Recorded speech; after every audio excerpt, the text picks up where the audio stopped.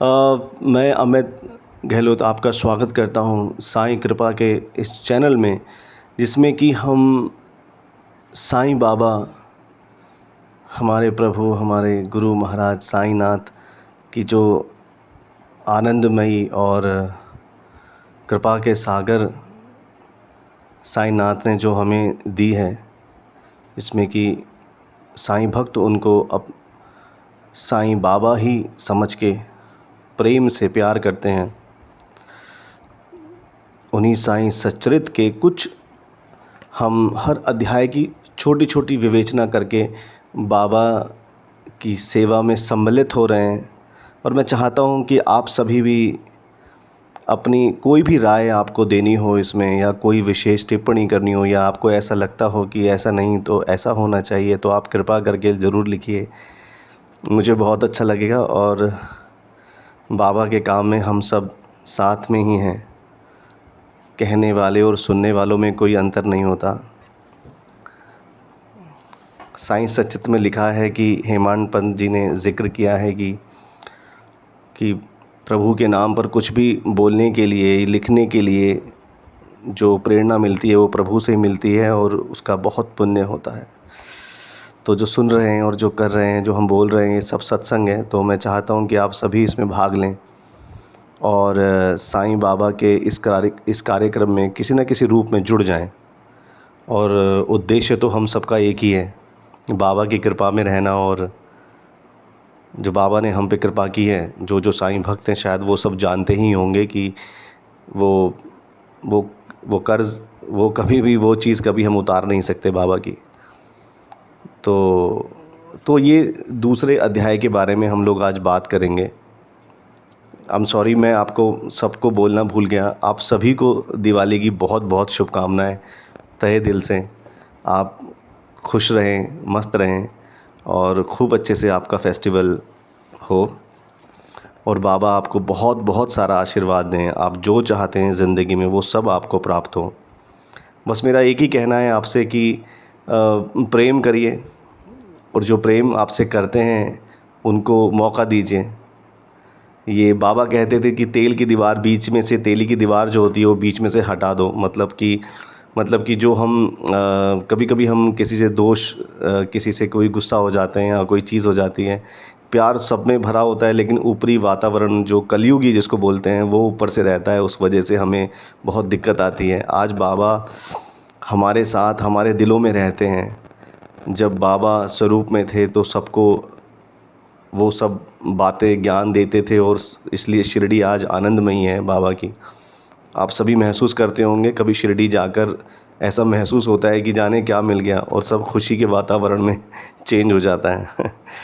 तो चलिए आज दूसरे अध्याय के बारे में बात करेंगे बाबा के। इसमें हेमाड पंत जी ने बताया कि कैसे वो जब पहली बार जब बाबा से मिलने के लिए, जब नाना साहब ने उनसे बोला कि आप साईं बाबा के दर्शन कीजिए, भगवान स्वरूप बाबा हैं और शिरडी में उनका निवास है, और वो क्या हैं, वो हिंदू हैं, मुसलमान हैं, ये ना पूछें, बस तुम जाके दर्शन करो, वो भगवान हैं। तो वो प्रेरित हो गए और वो नाना साहब चलने के लिए तैयार हो गए। तो उनके एक मित्र के बेटे का बुखार नहीं उतर रहा था, तो उसने देखा कि बहुत दवाइयों से भी कोई फ़र्क नहीं पड़ा। तो उन्होंने कहा कि मैंने अपने गुरु को भी उनके सिरहाने बैठाया, बट बच्चे का फ़ीवर नहीं उतरा। तो वो थोड़ा सा शंकित हो गए, और वो सोचने लग गए कि गुरु की आवश्यकता ही क्या है। और जब वो एक बच्चे का बुखार उतारने में ही संभव नहीं है, तो फिर तो वो उस तरह से शंकित, एक जो मन में हमारे भी आए दिन रोज़ एक विचार आ जाते हैं, जिसको हम नेगेटिविटी कहते हैं। शायद वो नेगेटिविटी उस वक्त उनको ऐसी लगी, लेकिन जब कहते हैं जब भगवान हमारे साथ रहते हैं तो फिर कोई फ़र्क नहीं पड़ता, और चीज़ें अपने आप ही आपके साथ होती रहती हैं। वैसा ही हेमाड पंत जी के साथ हुआ। वो उन्होंने जब विचार त्यागा, तभी उनको नाना साहब वहाँ पर बीच में मिले, और नाना साहब ने उनको आड़े हाथों लिया और उन्होंने बोला कि कैसी बात कर रहे हो तुम। अगर गुरु हर जगह, अगर मैं कहता तो बहुत सारे गुरु हैं यहाँ पर, हर तीसरा बंदा किसी न किसी का गुरु है। या फिर मैं कहने का मतलब उनका था कि बाबा सद्गुरु हैं, बाबा की महानता का तुम अंदाज़ा भी नहीं लगा सकते। जैसे कि एक इसी अध्याय में साइंस सचित्र में एक वो आती है, एक बड़ी अच्छी सी मुझे बात याद आती है कि डॉक्टर साहब थे, एक उनके भतीजे को असाध्य रोग हो गया था। उस वक्त तो आपको पता है कोई आप तो आजकल बीमारियों के इलाज भी हैं, उस वक्त तो कोई बीमारियों के इलाज भी नहीं हुआ करते थे।